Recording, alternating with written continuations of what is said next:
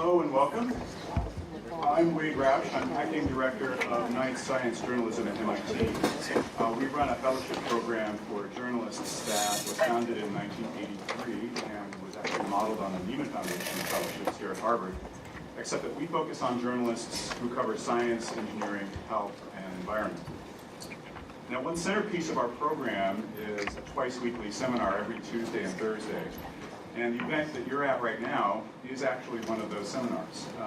In fact, it had its earliest origins as a topic for a regular Thursday seminar that we were going to do in our office. But once we started talking with some friends and allies around Cambridge and to play around with the idea some more, we realized that we could air this subject of gender imbalances and biases in science and science writing in a much broader way. So we decided to expand it, bring in a whole panel of speakers, and find a location where we could have a bunch more people. So, thank you for being those people. The Knight Fellows are here, and I'd like them to raise their hands. Knight Fellows, awesome, okay. And tonight, they and I are happy to share this opportunity to discuss a critical issue for science and for the journalism profession with all of you. So I mentioned friends and allies. One of the biggest has been Chris Russell, my chief co-conspirator and our moderator tonight. I'm going to introduce Chris in a second, but first it's my privilege to extend a sincere thank you to all of the organizations and co-sponsors who have helped Chris and myself with logistics and publicity for tonight's event. 3 of those sponsors are programs here at the Kennedy School. The Belfer Center for Science and International Affairs, the Shorenstein Center for On Media, Politics, and Public Policy, and the Kennedy School's Women in Public Policy program. I should mention that the events manager at the Shorenstein Center, Tim Bailey, was incredibly helpful pulling the event together tonight, so we're very thankful to Tim. And finally, we'd like to thank the Nieman Foundation for their help spreading the word about the event and getting some great turnout. So now I'd like to introduce Chris, who laid out the plan for this event, secured all of our speakers, and has been working behind the scenes for months to bring everything together. Chris is a senior fellow in the Belfer Center's Environment and Natural Resources program and was formerly national science reporter for the Washington Post and the Washington Star. She's the immediate past president of the Council for the Advancement of Science Writing and also a past president of the National Association of Science Writers. As I hope all of you know, the National Association of Science Writers is holding its annual meeting at MIT this October, and I hope to see many of you there, where we can continue these discussions. So without further ado, I'm going to hand you over to Chris, who's going to introduce our panelists and explain the format for the evening.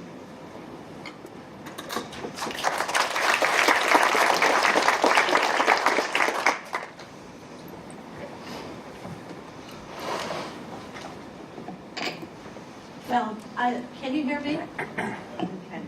I'm really delighted with the turnout.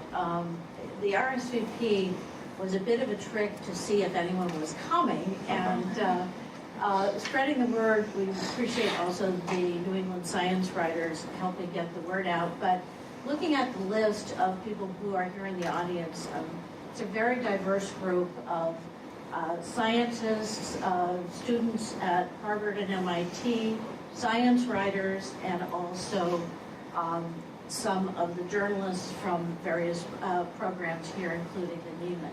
So you know who you are, and you'll get a chance to talk, but I'm glad that we have an audience, and I think also some people from the Women's Studies programs as well. So obviously, if you are tweeting and you can get reception, we're using SciWriteWomen as the hashtag, and I put some of the speaker handles up here, and we'll just leave them up so you're never will not be taxed on that score. I was very interested in holding an event like this. It's really following up on some recognition, particularly in the science writing community in the last couple of years, that things had not improved as much as we had thought. And some of us who started, unfortunately saying that I worked at the Washington Star, could age me a bit because it folded in 1981. So in the 70s and 80s, I think women who were coming into the workplace in journalism, in science writing, and elsewhere were really expecting a lot of progress. And certainly there has been in terms of opportunities, pipeline, and various things. But I think what has surprised in different ways many of us over the last couple of years is the recognition that things have not changed as much necessarily in terms of the leadership positions in various organizations. There are still cultural barriers, gender gaps in pay, and we had some examples in science writing of sexual harassment. I think the changing workplace has made opportunities in the freelance world, but it also puts people in a kind of one-on-one situation with editors and others around the internet, rather than being in a newsroom where there might be someone with human resources. And the internet has also spawned a bit of a male culture and a bit of harassment. No one in this room, of course, but there are groups trying to tame that down. But I think you all, if you put anything up about women and certain topics, there's an awful lot of resistance that comes out. Of course, I cover climate change, and put anything up on that, a lot of resistance comes out on any subject. But really, the harassment in science, this is a recent New York Times headline, the Nieman report we will talk about. Where are the women? This was in the summer of 2014. And last June at MIT, the National Association of Science Writers sponsored an event, Solutions Summit for Women in Science Writing. And so I think in that spirit today, handwriting is always good, and we've all done that about various problems, but certainly we want to see the progress we've made and focus so much on the present and how we can improve things going forward for everyone in this room and the next generation coming into the workplace. So I'm going to just throw out three figures. You don't really have to study them. This one is a study of 20 top networks. And again, this is not in the olden days. This is in 2013. And it's a biased sample of sorts, but it's bylines and on camera. And you see the ratio there of men to women. There's a gender imbalance still in newsrooms and in what is covered in bylines. And this study, again, the status of women in the U.S. media, 2014, putting women still in the health, entertainment, lifestyle, and culture area, and men more likely to be doing world politics, business, economics, tech, and science. And within our world of science and nature writing, again, at the top of the best of, a tally of that showed, again, this disproportionate numbers between 2009 and 2013 of women to men contributors and guest editors, of which there haven't been that many because there's only one a year. But similarly, that ratio. Our colleague, Deborah Blum, was one of the most recent editors, and she did take a proactive approach to try and get parity and an equal number of contributors, male and female, as one example of moving forward. So we have a terrific panel, and Anne-Marie Lipinski, curator of the Nieman Foundation for Journalism, she has a lot of firsts, and she's the first woman curator at the Nieman Foundation for Journalism. She was also the first woman editor at the Chicago Tribune. She had a 30-year career there, and she worked her way up. I think she was the first managing editor as well. And she was the editor-in-chief for 8 years. She's a Pulitzer Prize winner, and again, supervised and encouraged this recent Nieman report. Meg Urry is an astrophysicist. That always sounds impressive to say astrophysicist. But she has a lot in common with everybody in this room. She does writing and recently wrote something for CNN online about harassment of women in science. She was the first woman tenured professor in the physics department in 2001, which again is not that long ago. And she was the chair until a few years ago. Still the Yale Center for Astronomy and Astrophysics director, president currently of the American Astronomical Society, and she has been recognized for efforts to get more women and minorities in science. And finally, Jennifer Bogo, executive editor of Popular Science. So she supervises just everything fun like space, medicine, robotics, alternative energy. She also is an environment writer and has had that, travel to the Arctics. Well, okay, all those Arctics. But she's been to the Arctic and Arctic, I don't know recently, but organizationally she is also vice president of the Society of Environmental Journalists, another one of the specialty groups within the big umbrella of science, and also a health writers group, and formerly at a bunch of magazines as an editor. So I'm going to ask Anne-Marie to give us the kind of big picture on women in journalism and both some personal perspectives as well as professional. Then we will have Meg on the overview on science, and Jen Bogo's going to tie it all together in terms of some of the challenges across science writing, and journalism. So thank you for coming.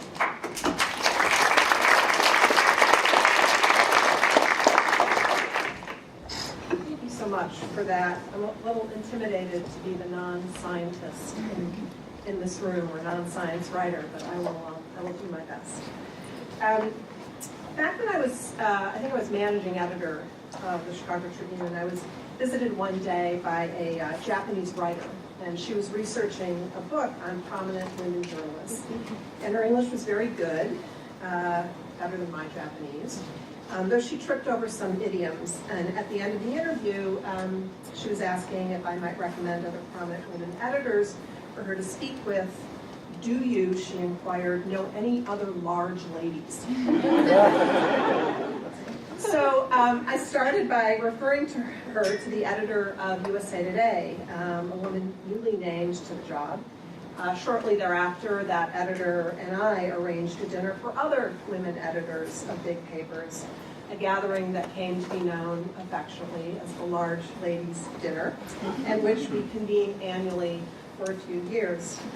Several months ago, while researching the cover story for Nieman Reports called Where Are the Women, we looked back at that time to measure the progress women had made in journalism leadership.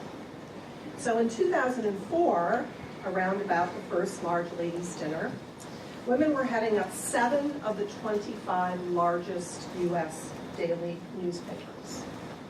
10 years later, that number was 3. And in no cases where a woman had served as the top editor did another woman succeed her.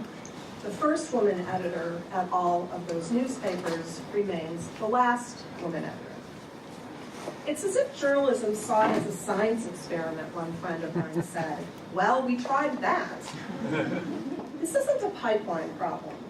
More than half of communications school graduates are now women, yet they represent just 35% of newspaper supervisors. In television, they are 31% of TV news directors and 20% of general managers. In radio, women account for merely 23% of news directors and a scant 18% of general managers. And it's not just a US condition. A survey of 500 media companies in almost 60 countries found that men held 73% of the top manager jobs. Of the 25 largest circulation newspapers in the world, how many do you think are headed by women? began work on this issue last year was not because of the firing, both on the same day, of editors Jill Abramson at the New York Times and Nathalie Nogueret at Le Monde in Paris. While those actions certainly focused attention on the state of women's leadership in journalism, there are some systemic issues that were more troubling to us. Many digital startups, presumably unencumbered by the traditions that have created the aforementioned bleak statistics in mainstream media, are, to quote journalist Anna Griffin, who is the author of our cover story, replicating the same gender disparities found at legacy outlets. One prominent founder of a popular digital site has said that, quote, clubhouse chemistry, close quote, was a key ingredient of his hiring practices. Maybe the only thing surprising there is that someone of his generation would put such a cringeworthy name on something that so many women have experienced without maybe always knowing what to call it. Clubhouse chemistry is not just something that keeps women from ascending to the highest management ranks, but something that likely closes off some of the most prominent beats that are more traditionally prized in the journalistic ecosystem and perhaps more likely to pave a path to senior leadership in a newsroom. In a recent analysis of more than 21,000 New York Times articles, sociologists from the universities of Maryland and North Carolina found women wrote the majority of stories in 5 sections: fashion, dining, home, travel, and health. Men wrote the majority of the stories in the 7 largest sections, and those included national, international, business, and opinion. This needn't limit women from ascending to leadership roles, but it takes an unusual senior executive to reach into one of those sections and pull women out for promotion, to break those very old habits. If more hiring editors were willing to look at resumes with an eye for the gems and the untraditional parts of those resumes, then women and people of color would get a better shake at hiring and promotion. This is from Geneva Oberholzer, former editor of the Des Moines Register and Nieman Fellow. What happens instead, she said, is that we all self-replicate. Ah, this fellow reminds me of myself when I was a cub reporter, we say. The guys at the top had pretty similar paths upward, and it's those paths that strike them as appropriate. So I've been asked to suggest some solutions. In some ways it seems really simple, but I'll try to think of it as perhaps a little more complex. So the first solution I've called Name It, and the subtitle is Words Matter. Amanda Bennett, who was executive editor of the Philadelphia Inquirer and also at Bloomberg News and is a dear friend of mine, I've been talking to her about this larger conference that we're thinking about organizing for senior women in management, and we were playing with agendas at one point, and there was something in there about work-life balance, and she just threw a fit, and she said, why are we still talking about that? Why are we still talking about that? And for many years, we have talked about work-life balance and decried the rate at which women drop out of the workforce after having children. But there is sufficient evidence to suggest that bias and not balance is at least as big a problem. Just last week, the Harvard Business Review published a research report headlined, "The 5 Biases Pushing Women Out of STEM," and concluding, quote, bias, not pipeline issues or personal choices, pushes women out of science, and that bias plays out differently depending on a woman's race or ethnicity. While I respect that there are issues unique to women in STEM, I think the researchers' conclusions would be very, very familiar with women in journalism, as well as women in other professions. When we attribute the slow pace of women's progress to child rearing, we overlook the success of those women who have done both quite nicely, thank you, while sidelining the discussion about gender biases. 2, start now. Though much work needs to be done at the top of the pyramid, it would be a mistake to focus all of our energy there. Before I became the first woman curator at the Nieman Foundation, someone chose me to be a Nieman Fellow. Before I became co-chair of the Pulitzer Prize Board, somebody entrusted me as an investigative reporter to do the kind of work worthy of a Pulitzer Prize. Before I was the first woman editor of the Chicago Tribune, I was a summer intern at the Chicago Tribune, hired by an extraordinary woman who headed the internship program. You can't just wait for the end when you have an opening for editor and say, we need to find a woman, Anders Gyllenhaal, vice president for News at McClatchy, told Anna.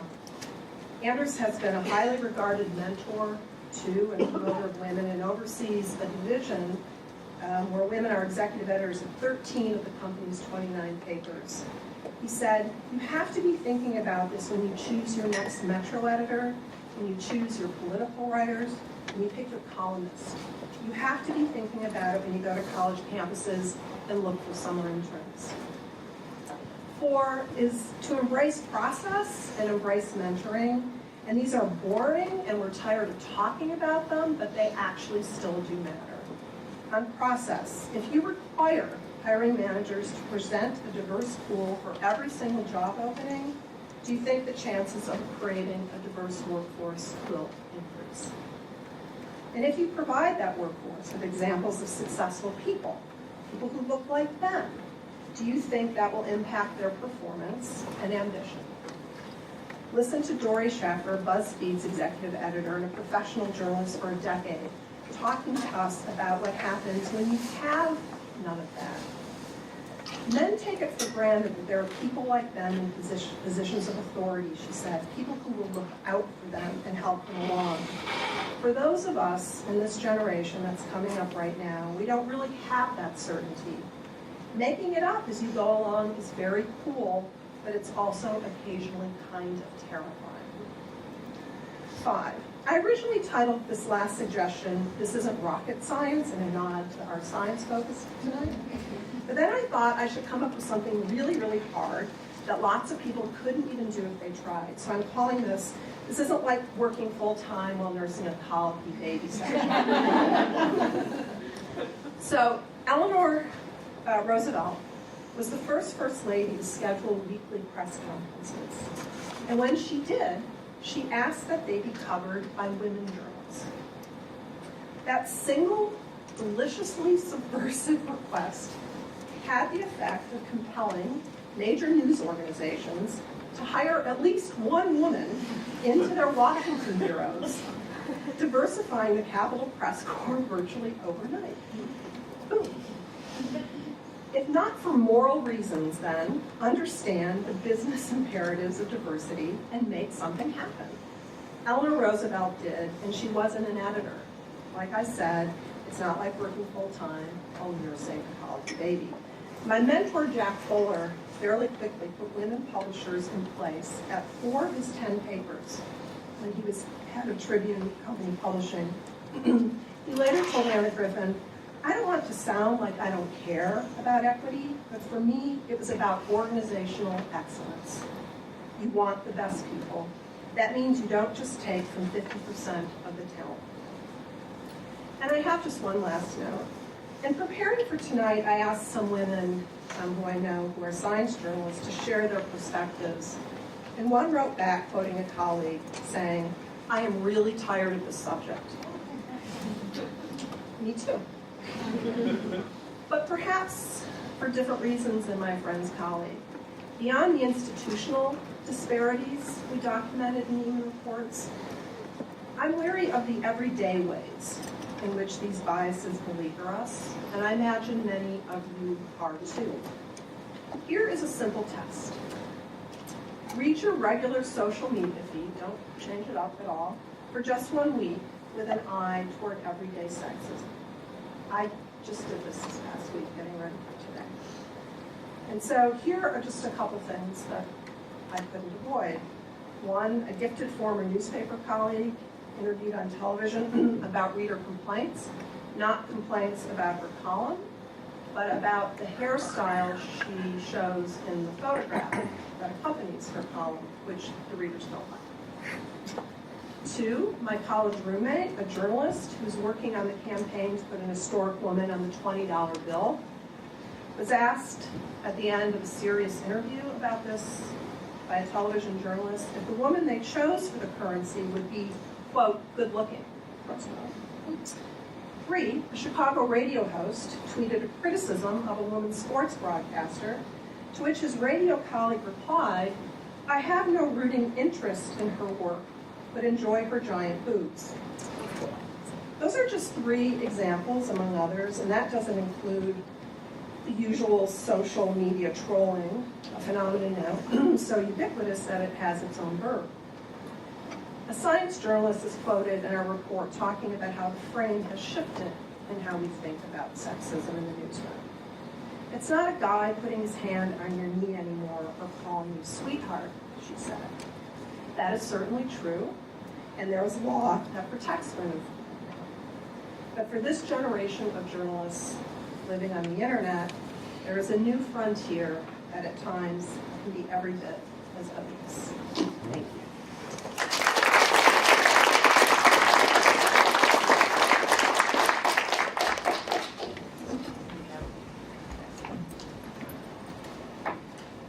A lot of parallels. A lot of parallels.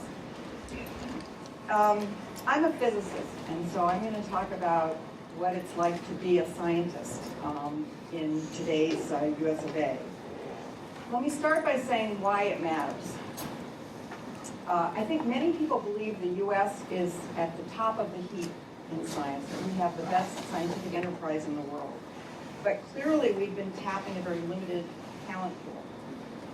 Women are far less than 50% of active scientists, people in STEM, science, technology, engineering, and math. And therefore, we are missing very clever people who could add a great deal. So it's really about excellence, and it's about a diversity of ideas. If everyone practicing physics, for example, agrees with, if people are the same and they agree about everything, they're not going to learn anything new. You need a clash of ideas to generate new knowledge. The fraction of women in science varies across fields. In my own field, I think of it as the desert. It is the driest territory. We're in a fight with engineering over who's going to be at the bottom. And there are different trajectories. If you look in biology now, women are getting half or more than half of the undergraduate degrees in biology. They're getting half the PhDs in biology. They're not half the postdocs, and they're far less than half the assistant professors hired. So there's tremendous differential attrition as you rise up in the profession. In physics, we start low. Actually, the big drop is in college in the 4 undergraduate years.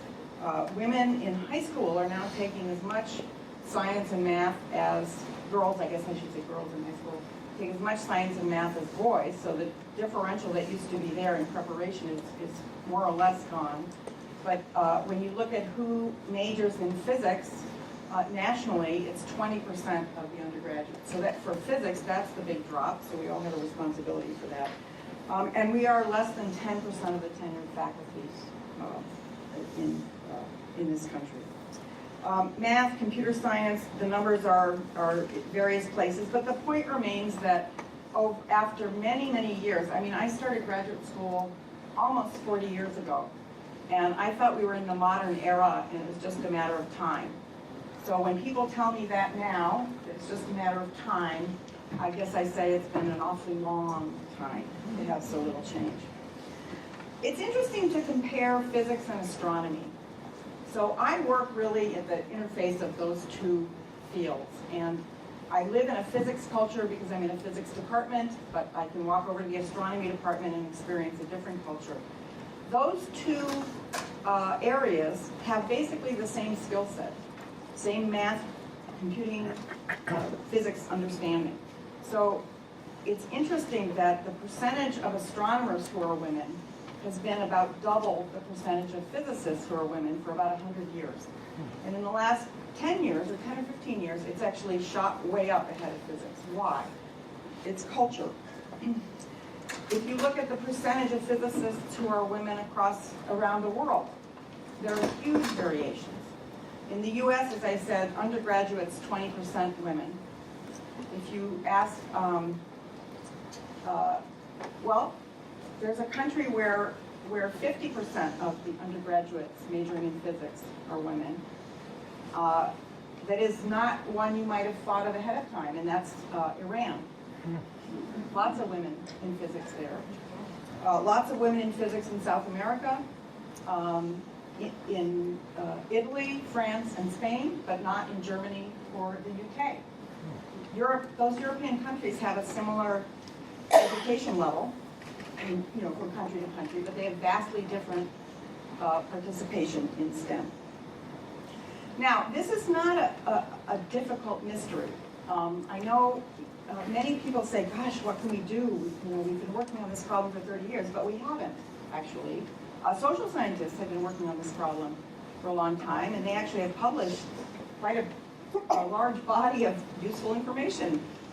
It turns out that there are numerous sources of unconscious bias against people who are in a minority in a profession. So women and underrepresented minorities in STEM is one example, but also, maybe not most recently, but 10 or 20 years ago, men in nursing were underrepresented, and there were biases against them. Maybe you could think of men as stay-at-home dads is a category where it's an unusual thing, and therefore there's some pushback against it. So we actually understand a great deal about why women of a certain level of ability are judged to have less ability. And there are many studies. I'm actually not going to quote them tonight in the interest of time, but I'll just mention a lot of my colleagues say, well, those studies are done on undergraduates, and undergraduates aren't scientists, and they aren't trained to be objective, so it's all bunk. So one of my colleagues, Joe Handelsman and Corinne Masser-Kusin, did a paper 2 years ago, which you may have seen, where they actually did the experiment on physics, chemistry, and biology professors. And they got exactly the same result as all the other social science experiments. So we're not different, and we need to pay attention to these issues. So women and minorities are treated differently than white men. They are rated lower. People are less willing to take a risk on them. A couple of years ago, we had a job opening, and one of the candidates who came was one of the smartest people I've ever met, incredibly talented, top student in her class at a major institution, had just started a postdoc in the best laboratory in the world in her subject, and we were lucky enough to have her apply for a faculty job at our institution.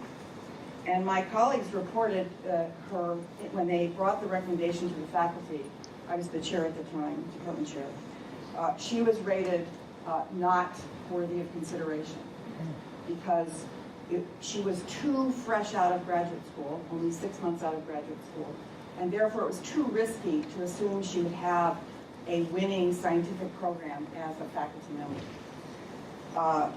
They did rate her lab mate, her classmate with the same advisor, who was only 1 year ahead of her. They rated him as the highest junior faculty candidate, despite the fact that their joint advisor had called the woman the best student he had ever had in his career.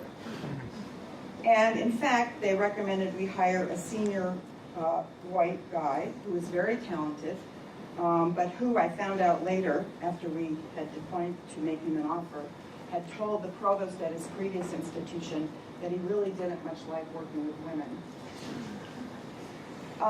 We rate women lower. I'm going to report to you some of the things I've seen in 30-some years in physics, and especially 20 years as a tenured faculty member in 2 different institutions. Women and minorities are discussed differently than men. When we're talking about hiring people, and I ask, why is he better than this woman? The answers that come back are remarkable. They're non-reasons. How much can I say? Not much. You're filming. Okay.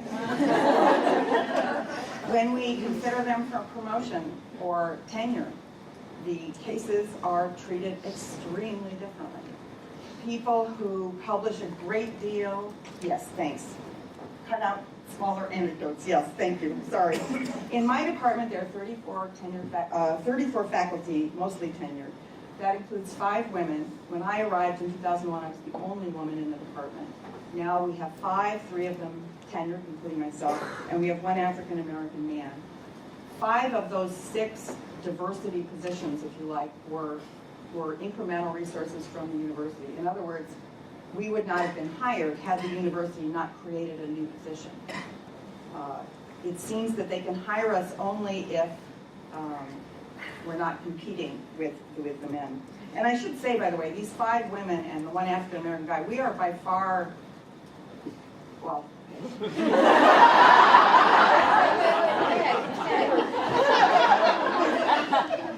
okay, yeah, I think we're at the, let's say, at the top. Okay. In terms of teaching, in terms of research, in terms of everything. Okay. Men in general are unaware of sexism and racism and relatively unconcerned about it. There are a few important exceptions, one of whom is standing at the back of the room. Thank you, Ed. They don't see it. We had 2 tenure cases, and 1 year after the other. And the same criticisms made of a woman with a very strong case were completely absent when we discussed the next year a man with a much weaker case. They fight the idea that this exists. They want to see themselves as objective, which is a very important quality for a scientist. And they don't believe that they are not objective, and they feel attacked. I should point out, it's not men who aren't objective about women, it's all of us who have these inbred, all of us at least who grew up in a society that is dominated by leaders who are men. So let me cut to the chase. Universities are like companies in that we compete for talent. And we need to look for the talent wherever it is, and we should be competing for it. In chemistry, more than a third of the PhDs go to women, but fewer than 10% of the assistant professors hired are women.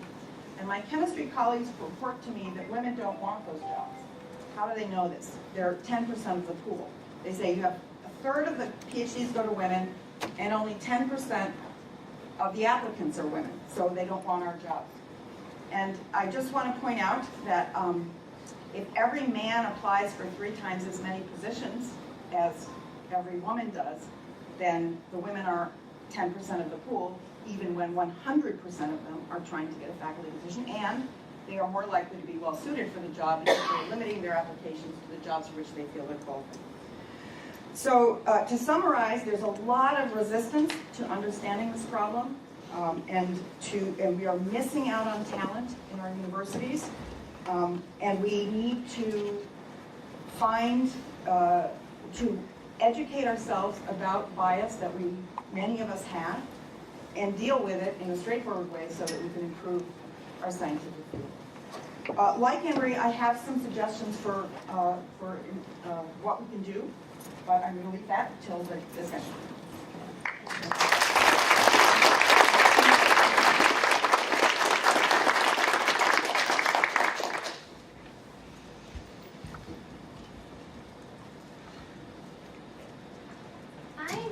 Visited a science journalism class and spoke with them about how I arrived at my current position at Popular Science.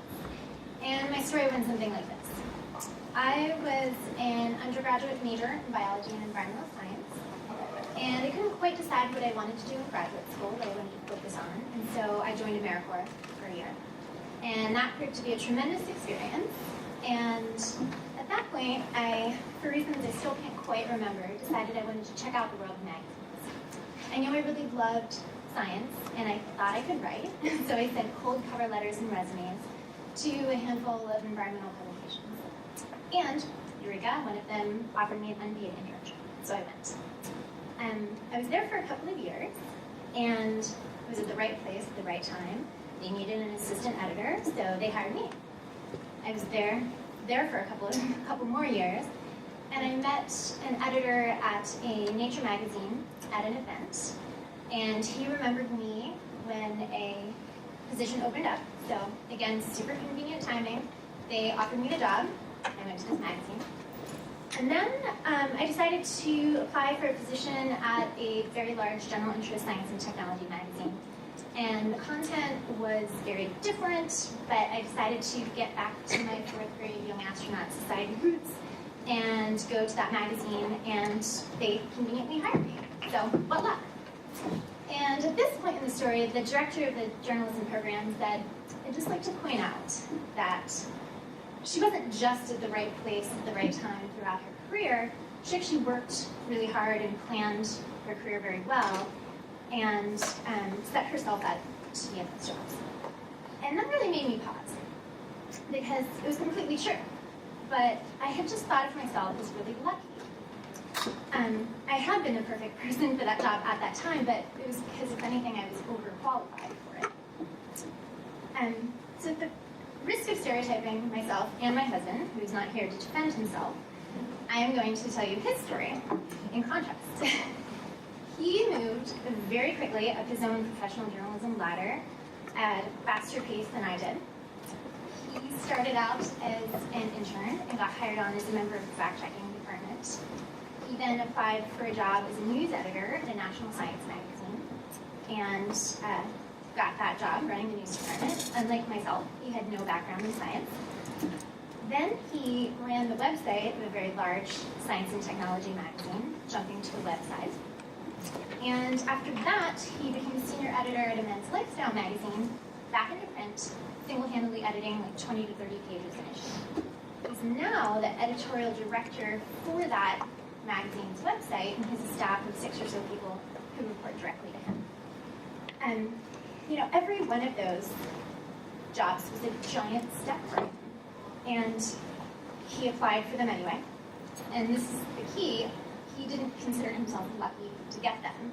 He was completely confident in his capabilities. And in fact, when I asked him this morning over breakfast how he learned to be a good manager, he said, I just am. He didn't know I was good. So I came to negotiating salaries along the way. Similar thing transpired. I tended to wait for raises, wait until there's perfect, undeniable evidence that I deserve this, and then ask for them. He has been very proactive about it, even aggressive about asking for higher pay. So to be sure, some of this comparison can be chalked up to a difference in personality. But I don't think it's a stretch to connect it to the broader question of where women fall or don't fall in the professional landscape. In science and in journalism, as you just heard, and also in science journalism. Do we wait for the right opportunities to come along, or do we make them? And what hurdles stand in our way of doing the latter? As we now know, because as scientists and journalists, we love nothing more than a good study and a rigorous data set, those hurdles are considerable. To describe just one double-blind study, science faculty from various institutions were sent job applications for the position of a lab manager. And some of the applications were from a man and some were from a woman. And the applications were identical.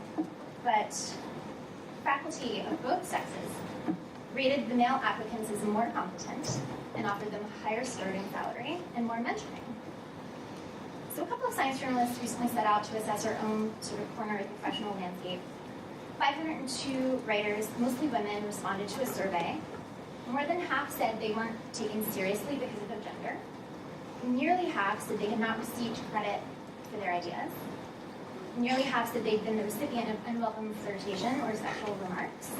And 1 in 3 experienced delayed career advancement. Now, that was a voluntary study. So a couple of graduate students took a more objective look at the science writing landscape recently. They found that over several years, both the editors and authors featured in Best American Science Writing anthologies were predominantly men. The best-selling science books and award-winning science stories were predominantly written by men. In many science magazines, the title of contributing editor is mostly given to men. And so, in other words, men are receiving more attention for their work. Now, these problems aren't unique to science writing or science or journalism. But as communicators, we have a particularly powerful way to address them. We can write, and we can write well. And we have a platform. There's been a flood of really thoughtful stories and blog posts in the past couple of years on this very topic. Recently, I was just reading a book about PTSD by Mac McClelland, who's chosen to report on very difficult things throughout her career, and she wrote something that really resonated with me, and that was that good stories contribute something. Information, awareness, solidarity, the seeds of acceptance or a movement toward change. Also, I should note, as journalists, have an expert handle on social media. And hashtags like Ripples of Doubt, and more recently, Thank You Ellen Powell, have spread this kind of awareness further.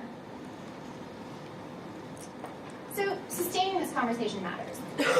Last year, science blogger Rebecca Watson reported a post on YouTube, on her YouTube channel, entitled, "Dear Guy Who Wants Me to Stop Talking About Feminism." She said, "I'm going to continue speaking out about feminism and harassment of women online. Why? Because it pisses you off. And maybe if I speak about it enough, one of you out there will realize that this is a serious problem. And maybe you'll stop being pissed off at me and start being pissed off at the people who are actually making life miserable for women online." So that's a good start. The next step, of course, is to turn awareness into action. I've thought back for some time on a recent story, on a story from my own career. At one point, an intern came to me and told me that she was receiving unwanted attention from another editor. And my response at the time was to sympathize.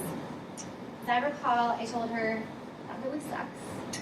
And that is an unfortunate reality of being an attractive woman in a profession surrounded by men, and you should just brush it off and continue on your onward and upward path. And now, partly because this conversation has been so sustained in the past couple of years, I wish I'd handled it differently. I wish I'd gone to that editor and told him to knock it off. But I'd experienced the same unwanted attention at every place I worked at, and no one had done the same thing. So I recently contacted this intern and asked if she wished I'd handled it differently. And she said she instead wishes that she'd been more firm and had known to, she'd been more firm in directions of shutting down that attention herself. And she wishes she'd been taught how to do that in a way that she could be confident in. Which leads me to my final point. We need deeper and better data to analyze and track this problem, particularly in science writing. But we know enough now to hack the system. We can teach young women how to stand up for themselves, especially if there's a power imbalance. We can train them how to negotiate their salaries in light of the knowledge that women are penalized more harshly when they initiate those negotiations. We can give them more tools to be effective leaders with the awareness that women are more often judged harshly for assertive leadership styles. Curator, an online news association, is actually hosting an academy, a leadership academy for women in digital media next week, in which they'll be teaching several of these skills. And I hope it will become a model that others can follow. So I'm going to give the last word to another science writer, one who's written eloquently on sexism in both science and science writing. In an op-ed in the New York Times in August, Christy Ashwanden wrote, "Solutions require a change of culture that can happen only from within. It will take chief executives, department heads, laboratory directors, professors, publishers, and editors-in-chief to take a stand and say, not on my watch."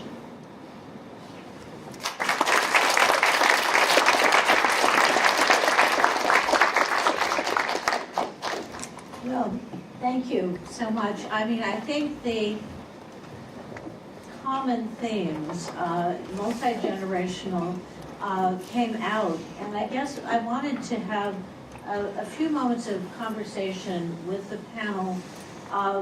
Again, the Solution Summit that we had in science writing was focused on, what we can do, not, but I agree with documenting it. So I wanted each of our panelists to give, and you started on it, some advice that you would give to women who are just starting out, whether they're in academia or they are getting their first job or they're getting out of grad school. what would be your advice for someone starting on the career path? Because as we've documented, the pipeline is pretty full, and in journalism, most of the students at journalism schools are women, and so what would be your advice as someone starts out? I can do that one. I have a list of 11 things, but I'm only going to tell you a few. I think we're going to have a website. 11 because of Spinal Tap, right? Actually, somebody came up to me after a talk once and said, you shouldn't use the number 11. It's unlucky. And I said, it's about Spinal Tap. And It's my lucky number. Anyway, I think young women should work hard at something they love and make it matter. That's ultimately you'll be judged by your work, and that's the most important thing. But I think, and I think second thing, women should be professional. When you introduce yourself, say both names. Ellen's going to laugh. Ellen Klein, Meg Urry, and say a few sentences of who you are. I'm the president of the American Astronomical Society, blah, blah, blah. Have something that, so people don't think you're the, I don't know, the secretary or the student, or you have to say what you are. Tell them what you are. Own your ambition. Women are discouraged from being ambitious, and also often give power to others to define whether they should or shouldn't want to do certain things. You should decide what you want to do and go for it, and not let others define your path. And the last thing is what I call practice confidence after brushing. In my experience, women are at bottom confident. When they're alone at night brushing their teeth, they might be willing to admit to themselves that they're really very smart and very good at what they do. But out in public, they have a lot of doubt because we get so much feedback that we don't belong. I think men are often the reverse, where they project such a sense of confidence, almost overconfidence, as we were hearing maybe in that story. But I think when they're alone brushing their teeth, that's when they have doubt, but they don't let us see it. So I think women need to, we remember the negative comments, and we need to tell ourselves something every day. When you're brushing your teeth, tell yourself something that you're great at. So you celebrate the positive, emphasize your positive. Get that confidence built in rather than the self-criticism that we're too good at. And I would just add, your peer network is actually really powerful because they are at this moment in time with you. And especially if you're a journalist, there are in several regions organizations that are just populated by women in science writing. In New York, there's a happy hour like every year, and it's a really great opportunity to get together and sort of share these stories and kind of like hash out what the appropriate response is in different situations. And there are also organizations like the Society of Environmental Journalists and the National Association of Science Writers, and they can be a really great resource in terms of how to sort of press forward in your career. I agree with all of that, but I want to I want to look at it through a slightly different frame, because I think along with that, so when I speak to groups, like a class, or if a group comes in to the Nieman Foundation, or when a group would come in to the newspaper, I think we have to be careful about suggesting that there's some sort of pathology here that women are responsible for. I don't mean responsible for creating, but they're responsible for fixing. So it's on me. And so I, with complete sincerity, talk to these groups, and partly because I had the experience in the newsroom of men who would come to me and have, horrible work-life balance issues, or times where we had a hard time filling an international bureau because of spouse's work or kid issues or whatever. So I really started to see these as owned by all of us, and I would say to them that they needed to be equal stewards of these issues, and that we all needed to work on finding solutions for this, in the newsroom, and particularly when I talk to people younger, this is something your generation needs to take on. You need to do it better than my generation did. We've maybe made some improvements over the last, but this is something we own collectively. Because I think, it's a lot to shoot that. Everything we're telling you to do is a lot on your shoulders when you're a young woman coming out of journalism school or out of a graduate program in chemistry or physics or whatever. It's not just your job, right? And so we need to raise our male colleagues, those of us who have male, are in charge of things, to be equal stewards of these issues.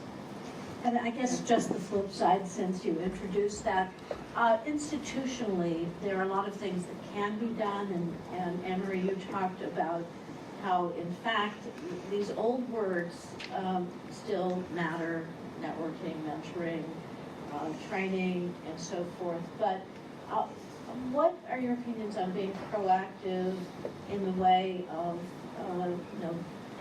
looking carefully at the sources if you're in journalism, so they're not all men, or setting up panels? Well, this one has all women, but Wade worked with us on it. But what are some of the institutional things, particularly Anne-Marie, since you have dealt with the journalism institutions, and what advice would you give on how people who are actually in a position to make decisions would be more proactive? Well, I mentioned some of them in my remarks, but really with no effort at all. I wasn't trying to find the good guys, to quote, who were that wasn't hard to do. I mean, my mentor, most of my mentors when I was coming up were men, and so Jack Fuller, who I mentioned, Anders Gyllenhaal, who I mentioned. These were people who really take this to heart. So, they're doing all those things that I'm asking young men to think about when they're entering the workforce. But a lot of them are actually pretty simple. And it is, when you're putting things together, it's not necessarily a matter of counting, but how are you reflecting the universe you're exploring?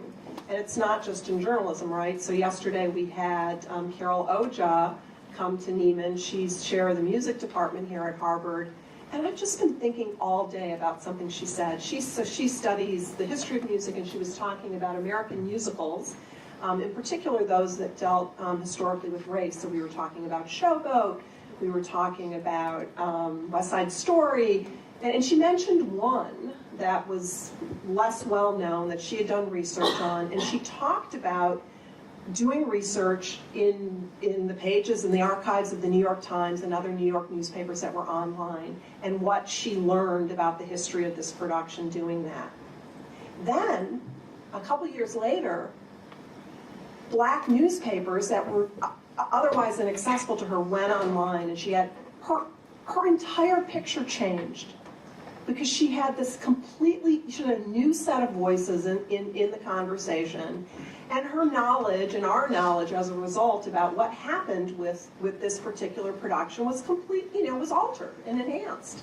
So I've been thinking a lot about that, and I think it's the example for all of the work we do. When you have a group at a table, whatever it is, the dinner table, the fellowship table, a classroom, a newsroom, a page one meeting, and if they all look like you, whoever you are, you're probably in trouble. Any other thoughts, and then we'll go to the audience? I would just add that institutionally, freelance writers, which make up a large portion of the science journalism landscape, face a different set of challenge, which is there is no real institution. They're sent out in the field with scientists often assigned to report on this person. So when they encounter bias through even, say, I have a friend recently who traveled with a translator and experienced some sort of subtle sexism, I guess you would say. And there's no clear reporting structure there. There's no clear answers to what you're supposed to do, and I think that's a conversation that needs to happen in science journalism between the publications that you're writing for and the journalists that are really just working for you as freelancers. They don't have an HR department per se that they report to on a regular basis. Thank you. I have one short thing, just partly in response to what Anne-Marie said. I second your comment. We really don't need to fix the women.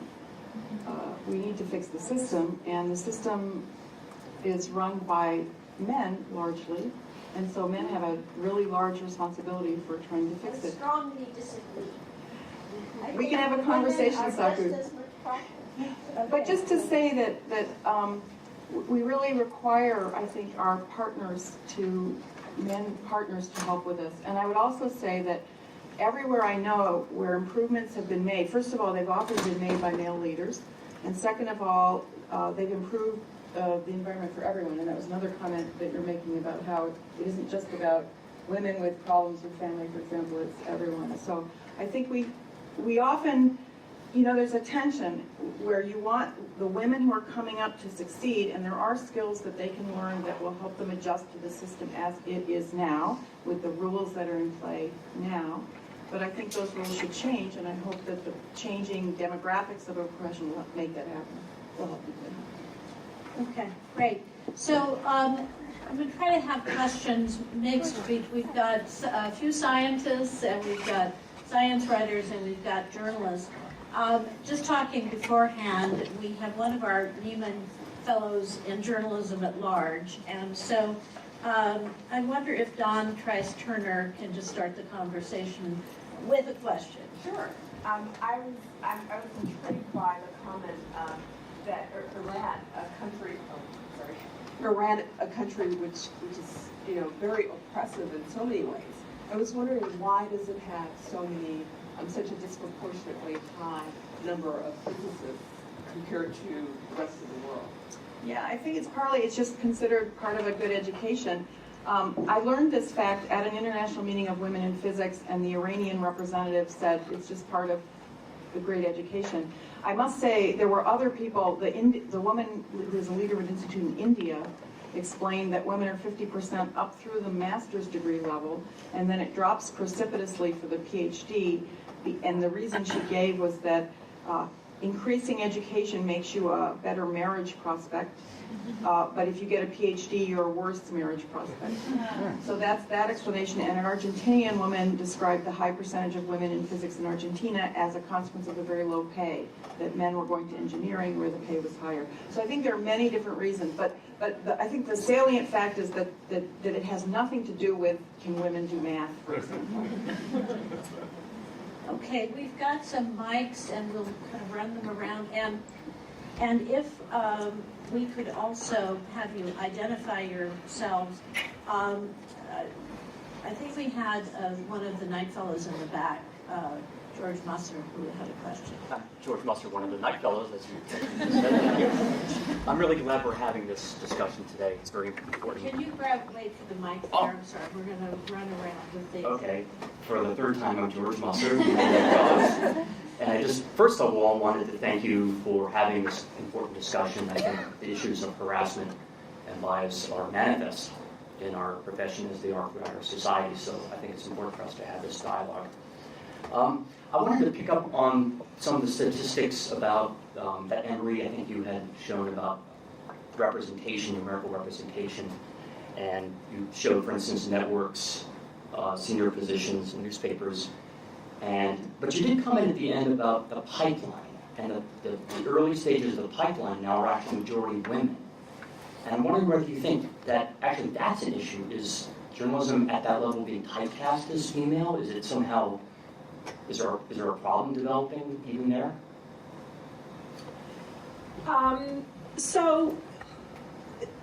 So we've got women coming out of journalism school or communications programs at a greater rate than men are. I mean, not huge lopsided, but more. And so here we have this population of people who we can think about as potential people to hire into our newsrooms or wherever. But between that time and the time you're at at some kind of management level, so whether that's, you're a section editor or you're a news director at a radio station or whatever it is, the numbers drop precipitously. So they were in good scenarios in those situations I mentioned, they were maybe a third. in the worst scenario is, I think, 18% of news directors in radio. So something is happening. There's something that's interrupting their ambitions as stated by their academic degrees, and whatever is occurring in those newsrooms. And I don't think it's just typecasting them in a certain kind of on a certain kind of beat. Although for some women that happens, just like it does for some men, and it becomes a very unsatisfying way to spend a day, reporting on things or editing things that you're not interested in. So I'm sure there's a fall off of young men and women, we've all seen it, who go into public relations or they do something else because it's not a satisfying career. But it's happening to women at a rate that exceeds what is happening to men. And I don't have anything, I think, more to say about it than what we've said here. But if you're a manager, and I mean, I think it's great what you said about reflecting on that conversation you had with that young woman at one point in her career, and then as you become a more mature manager, saying, I could have handled that differently. And I think that happens to all of us, and it happens to us at our reporting stage, and it happens to us at our management stage. So somehow, and that's why I still think mentoring is so important. Can we intercede at this critical time between graduates, between graduate school or undergraduate school and that news directorship? Something is happening in there. Can we intercede? Can we be more supportive? Can we supply better role models, for what success can look like than what we've currently given to these young women? Because whatever it is, it's not sufficient. Okay, we have one question from a student.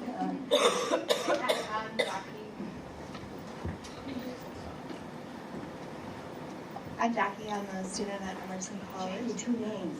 Jackie Tempera. Thank you. I'm a student at Emerson College and an intern in the Belfer Center. And I think one of my biggest problems, probably as a young woman, is not really knowing what to say if I face this kind of sexism in the workplace or in school or wherever I am. Do you have any kind of suggestions for, even if it's just like a line or something to say when you are faced with these problems? Because I find that it's either I shut down or I get very much on the defense. Is there a way that you strike a balance? I would just say, I've had this conversation with some of my female science writer friends recently, and one thing that came up was that everyone's coming from a different place in terms of their comfort level and their sort of like ability to engage in such situations. So I don't think there is a clean answer. I mean, my go-to would be like, this isn't professional, and just leave it at that. But this is why I think we actually need a toolkit. One of my friends was lamenting the fact she actually Googled looking for a video for how to deal with situations. Couldn't find one. So there really isn't this. There aren't the tools out there to sort of teach young people coming up through the system how to grapple with those situations. And I think that's a huge opportunity. I guess I would say I know some good strategies. So a friend of mine was interviewing for a job once, actually, in this university. And the senior person interviewing her asked her whether she cried when she got angry. And her response is a sort of all-purpose response, actually. She just did this. And at some moment he said, perhaps I shouldn't have asked you that. That was good. Another good example is, I'll tell you afterwards what I told her she should have said. Another example is you're in an interview situation for a job, let's say a faculty job, and you get asked about your plans to have children, or what your husband's going to do, or how would your husband get a job in this location. And then a really good response for that is, can you tell me how that will impact your decision?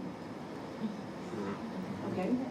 So there are a lot of really good strategies out there. And I think most professional societies, the American Astronomical Society is a good example. We have a great website, which is actually all-purpose. Ed Berginger is one of the bloggers. There are others. They write excellent articles that have nothing particularly to do with astronomy, just really good information on all these kinds of topics. So aas.org/CSWA, Committee on the Status of Women in Astronomy. And there are many others, and I think you can find this stuff. Okay, some other. I think also just saying, pardon me? Yeah. Uh-huh. So, Let's get your hand up first. along this, So, identify. Microphone.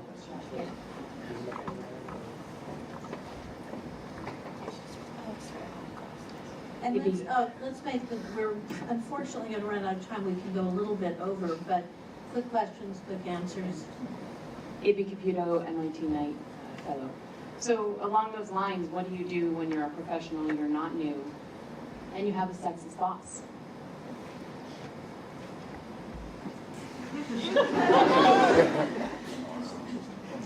Maybe you try to become the boss so you can not be sexist, so you can be not sexist. I don't know what to answer. I mean, I deal with this every single day. And racism too. And I should say, you know, white women have made pretty good progress compared to women of color who was mentioning intersectionality.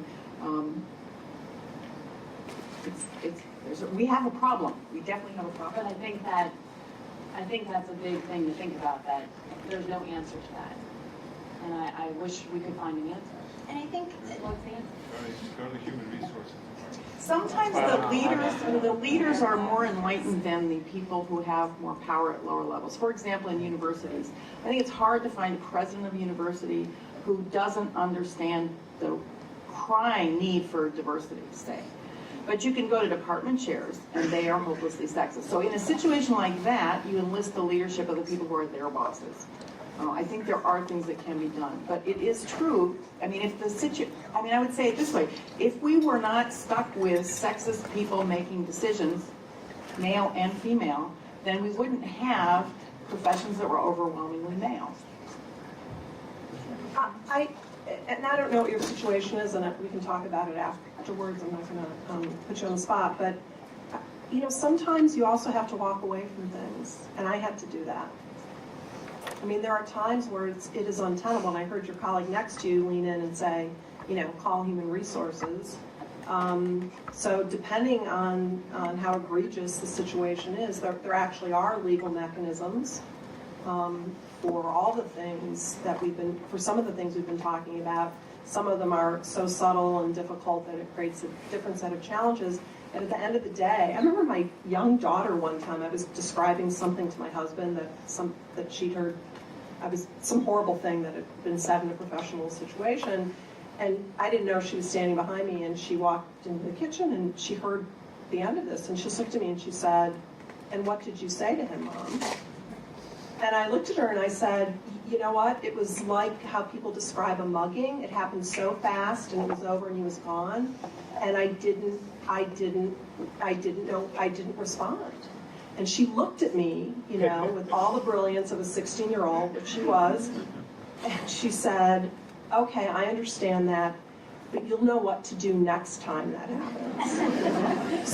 So I do think when you're working in a situation, if you're going to work every day and there's you have to sort of prepare yourself for that. And you have to have a number of strategies depending on how bad it is and what your tolerance level is. And there's some, like has been suggested to you, and we can talk about other things offline, but it becomes an active part of your getting ready for work day sometimes, which is sad to say, but not being that person who's just experienced the mugging is a place to start, because then you're ineffectual. Okay, I'm very biased pointing this way, so we have in the back, yeah. Hi, I'm Laura Heath. I'm a PhD candidate at Boston University, and I have a kind of related question, which is what you do when your boss or advisor or mentor is a very well-intentioned man who is not always the greatest ally unintentionally. Like, how much, are there any strategies for kind of educating upwards with anti-oppression or feminism in mind? These are good questions. I didn't know that we'd have all this personal advice. Oh, we definitely These are good questions, so I'm glad they're being asked because these are the kinds of things we need to think about and prepare everyone for. And my gut response is find an ally because your mentor is not that person, but I'm sure there's a more nuanced response. You know, I've seen people undergo conversion experiences where they didn't get it, and then they do. So it can happen. So I guess I'm an optimist, but it can happen. And I think, yeah, if you already know of someone like that who can, it's hard to drive the bus from the back seat. I've tried to do it for 30 years, it's a pain in the ass. So, you know, it'd be better if you got the bus company to come help the driver drive better.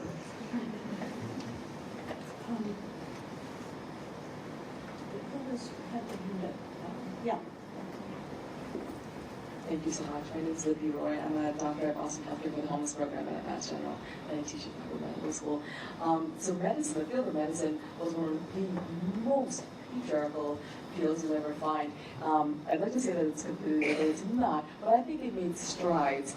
I recently went to a women in medicine luncheon, and one of the things that they said, and this applies universally, for a job posting that says minimum 5 years experience, a male with 3 years will apply without any hesitation, and women with 7+ years typically will apply, and even then, extremely overqualified, as you had mentioned, Jen.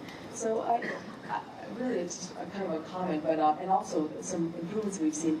More than 50% of medical students now are female, and but when it comes to higher up levels, like women in leadership, department heads, or division chiefs, still predominantly males. But I think some of the strategies you all mentioned would apply. So thank you.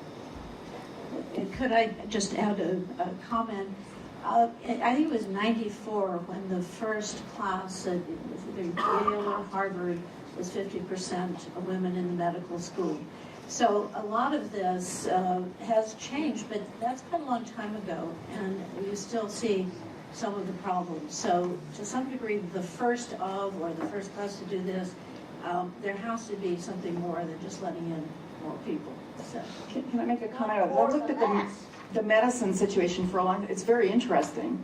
For one thing, it's increased the percentage of women much faster than, say, physics or some other field. And I think that's due to maybe two things. I see two pieces in there that maybe. One is there's a career path which does not require a gatekeeper. So in the place where you need a gatekeeper like academic medicine, there's very few women.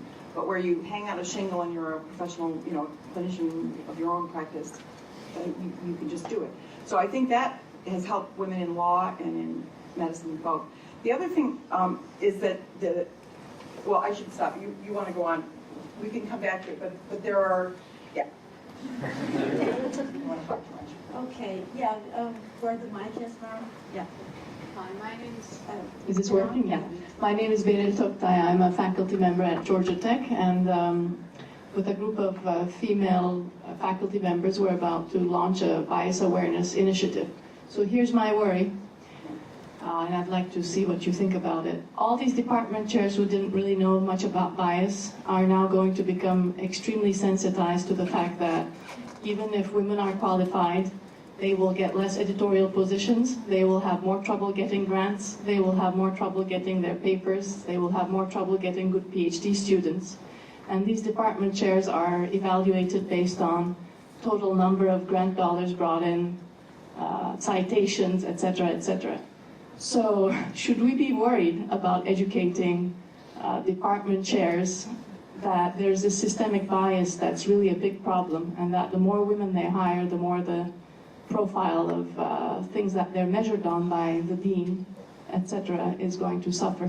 And how do we handle that? Well, for one thing, I hope the dean is measuring how well they're doing on gender equity, because that's another category that should be accounted. I would say you've pointed out something very important, which is everything that we judge people's science academic career anyway on has been shown to be biased. That is, men get more citations, they do more self-citations, they're more likely to get grants. The Hubble Space Telescope, which where I ran the proposal review system for 5 years, has shown over 23, 24, 25 years that women are systematically less likely. Women PIs are systematically less likely to be granted observing time and therefore research dollars. So, we know that all of these things are biased, and yet, as far as I can see in the discussions that occur in departments and in review committees, that is almost never mentioned. So I think it's great that you have this, you're making this effort to educate department heads.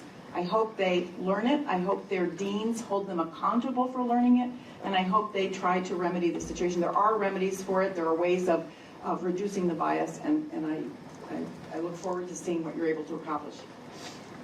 I'm going to call on Wade Roush if we can. Where's our those mics? Yeah, I could grab that. What can journalists do to avoid inadvertently perpetuating gender bias in science? We're journalists covering science where the deck is stacked against women right now. So, advice for journalists who are trying to help women swim in the other direction, help fix this problem. There are a lot of inadvertent things and probably a lot of advertent things that we do. So, advice for us, journalists? I mean, as a journalist, this is something I've been thinking, and as an assigning editor, and a fairly senior assigning editor, I've been thinking about this a lot lately, because we're very interested in STEM and popular science. It's really important to us, and I think it's really important, A, that you show all types of scientists and engineers, so we make a point of profiling female scientists and engineers, not just because they're women, but because they're doing awesome, amazing work, and they should also be recognized. And then also, there have been a lot of fascinating studies about who the sources and stories are. I think one of them might have been mentioned earlier. It was like 2 months worth of New York Times science stories, and there were 4 times as many male experts as women experts. So I think just this sort of being consistently self-aware as a journalist, who you're going to, and making sure it's sort of reflective. And then the other thing I would point out is the Think Finder rule, which is how you describe women in stories. And there was Christy Ashwin, who I quoted earlier, made up this this rule for how you report on women, and it had like 7 parts, and one of them was don't mention how they're nurturing their sort of students. Your bios would both break the following rule, which is don't mention they were a first in something, the first to do something. Don't describe what they're wearing. Like there's a whole bunch of ways people tend to describe women in media that they don't apply to men, and just being aware of what those are and avoiding them. But I would be interested in the science. Oh, well, one thing I immediately thought of when you said that is that we're overgeneralizing. Everybody understands that. We don't mean all men are some way, all women are some other way. But in general, I have found male scientists to be much more confident and assertive. And so, and women are more likely to hedge and give the caveats. Early in my career, I got called by the New York Times by one of their science writers that wanted to know about my subject, my particular specialty, and asked me, and I told him what I knew, and there was a lot of hedging. Then he called me back about 3 days later. He had talked to a young man my age who was another expert in the field, and basically that guy had told him that he invented everything. That everything we knew about the subject I work on was his discovery.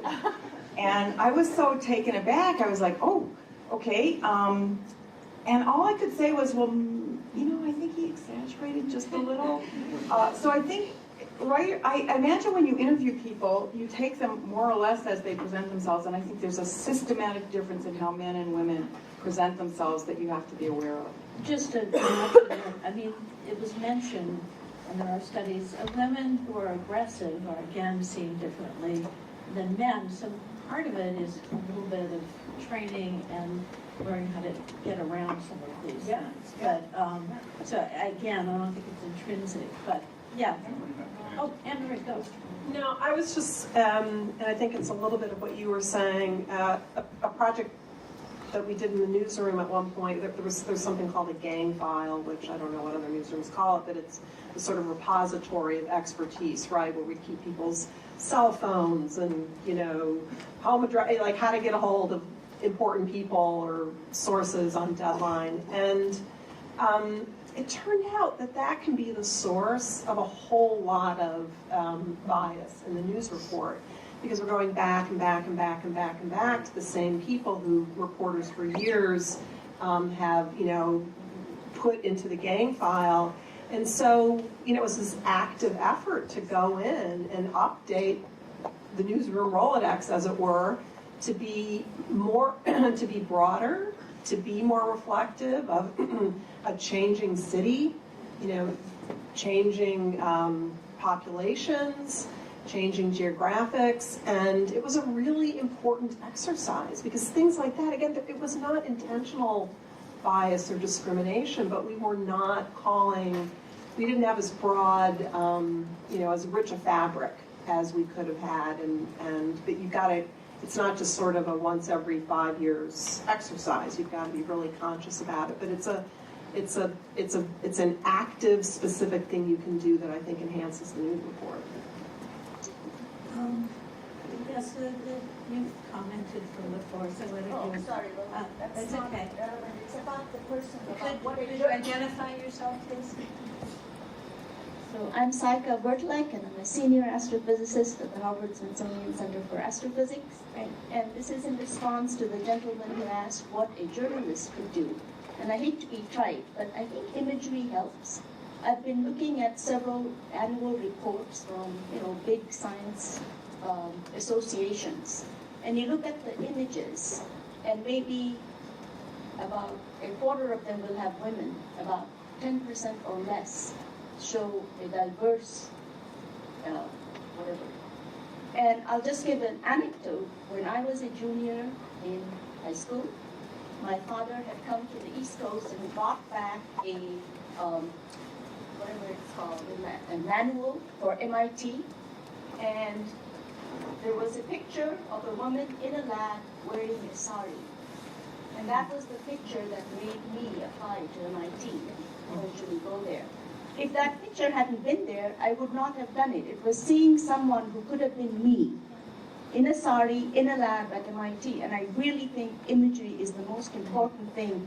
And you want to put lots of images out there of a diverse science group, including, you know, many different kinds of women, and they can be good-looking ones and not so good-looking ones. Can I just say, I think that I'm so glad you said that, because I think because it works in the other way too. These kind of stereotyped images we put out, like we do the welfare story and it looks one way, we do the, you know, Little League story and it looks another way. I think that's really important, and somebody was recently at the Nieman Foundation talking about that from an institutional sense, talked about when he entered this institution, the paintings that hung on the walls.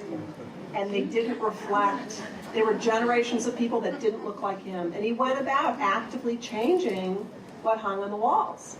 I mean, we're 77 years old, we didn't have a picture of the woman, Agnes Wall-Nieman, who gave Harvard $1 million to start our program. And so I commissioned an artist to give us, to help us to see her. And so just, I mean, those kinds of things, they seem really simple, but I think they have a huge impact on how people see themselves, so thank you for that. Yeah. I would say in the Shorenstein Center, they have a portrait of Joan Varun Shorenstein, the daughter of the founder, founding money for the Shorenstein Center. So. Just a super quick example from science writing. There's a big discussion recently in all the vaccine coverage. The image that always went with stories about vaccines was of a screaming, crying baby getting a shot, like every story. And that images matter. It's part of that discussion as well. So. We really have to stop. Maybe. I have the microphone. A couple more, and if you'll be tolerate that, or even to the reception. I'm sorry, I learned this from this evening that I should do. I'm Melanie Orrit. I'm a visiting scholar at Whitehead Institute at MIT, and I'm from Germany. And I wanted to ask a very basic question. You mentioned Germany as the country that does very bad in physics. Actually, I admire you. I wish I would have known of your existence when I was a high school student, because I wanted to be a scientist at CERN. And I didn't study physics because I thought I suck in math, which I actually did. I flunked like my finals. It was horrible, but that was because at the beginning, like in middle school, they would tell me, oh, women are just not good at math. So I used that as an excuse to, you know, not study harder. Then I got to university and I passed my math exams, actually went back to my high school and showed that to my old math teacher. And, but the thing is now I do biology because I sense that a lot of women think biology is the easy way out. Like biology is like the first step into science. It looks more cozy. A lot of people think you pet animals and hug trees, which is not the case. It's math through and through. So, but I'm wondering, do we forget about girls in high school? Like, where should we start pushing women to take what they deserve, like math, and that they're good at it? So I'm really wondering, especially for Germany, we have equality on paper, or even in class, taking the same math. We don't choose classes like in the US. But still, women later on choose to do something different, you know. So I'm just wondering, is it a cultural thing? I don't think so. Is it a political thing? I don't know. Can politics really change what's going on in the mind of people? Is it a thing from home? I've never been stopped to do what I want from my parents. But I'm just really asking the three of you, or anyone, where is the core of this problem? It's probably more complex, but... Yeah, there's a lot of research on this. Let me mention stereotype threat, which causes some of the disparity in math scores that you see. Let me also mention that differences in math ability of men and women have shrunk over 30 years substantially. Therefore, they're not physiological, they are cultural. My own daughter came home in 3rd grade and made an offhand remark about not being good at math, and I yelled at her for about 5 minutes, I think, saying, you're the smartest kid in your class, you're the best in, you know, blah, blah, blah. And when I finally calmed down, I thought, wow, you know, if I weren't a professor of physics at Yale, maybe I would have, if I had been someone, for example, who felt they hadn't done well in math in school, maybe I would have said, that's okay, honey, you're good at English. So I think kids get a lot of feedback. I think girls hear that all the time. We focus on middle school girls at Yale. We have an outreach program for middle school girls, getting them interested in science early, because I think after that it's sometimes too late. This is a much larger subject than we could give a full answer, but there is a great deal out there to show. The last thing I'll say is, you know, Larry Summers in this institution thought math ability was that... a nerve here, but... he suggested math ability was at the root of the difference between the numbers of women and men who do science in the U.S. And I just want to point out that Japanese women score better on math exams than American men, and yet you don't see Japanese women dominating the world science scene. So clearly that was a flawed argument, which if he had known anything, he wouldn't have said it. Yeah, let's have a kind of final comment on anything you want to comment, because I'm feeling guilty about that assumption. So could you guys sum up, and then we will... Well, I'll use the next thing I was going to say as my sum up, which is that there's been some nice writing recently too on sort of the idea of benevolent sexism, which is that like sexism has sort of changed, right? It's no longer the hand on the knee sort of model, or at least not always. And now it's more the idea, say you're a 12-year-old girl in math class, it's like, oh, what a nice sparkly notebook. Not like, wow, that's a great way of solving that problem. So it's a sort of a general undermining of capabilities.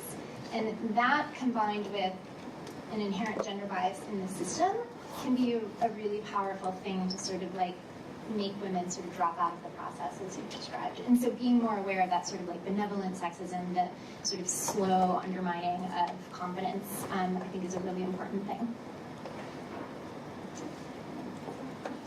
All right, the last word to a young woman. Hello, I'm Francesca, and I'm Francesca Bore, and I'm actually a senior in high school.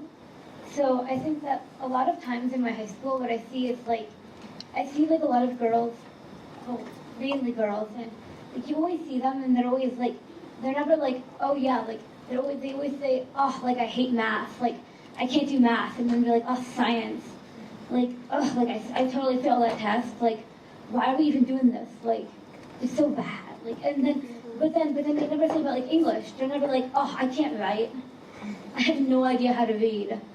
Like they never say that. But like when it comes to math, they're like, oh, I don't know how to add. Like, what are you talking about? Or in science, they're like, what are we talking about?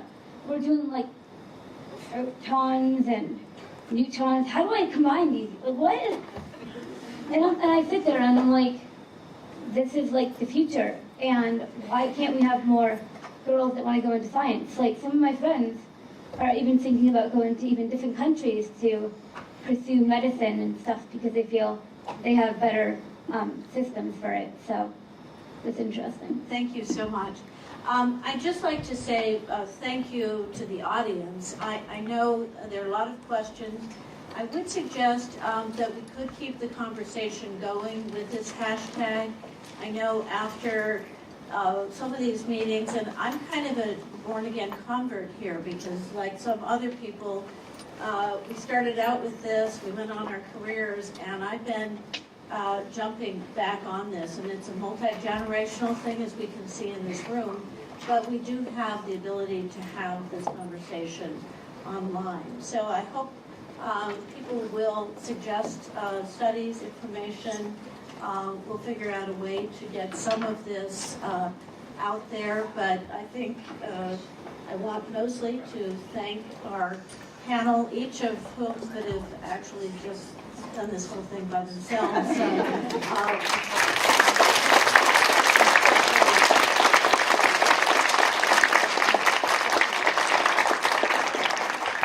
say we did videotape this. I was probably supposed to say that earlier, but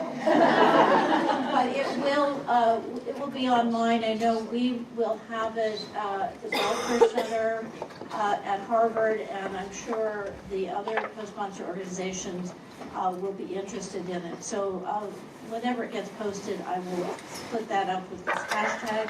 And I want to welcome everyone to continue the conversation. We do have a reception right outside. I think they've stopped playing ping pong, and so I think you can go out there. So thank you so much.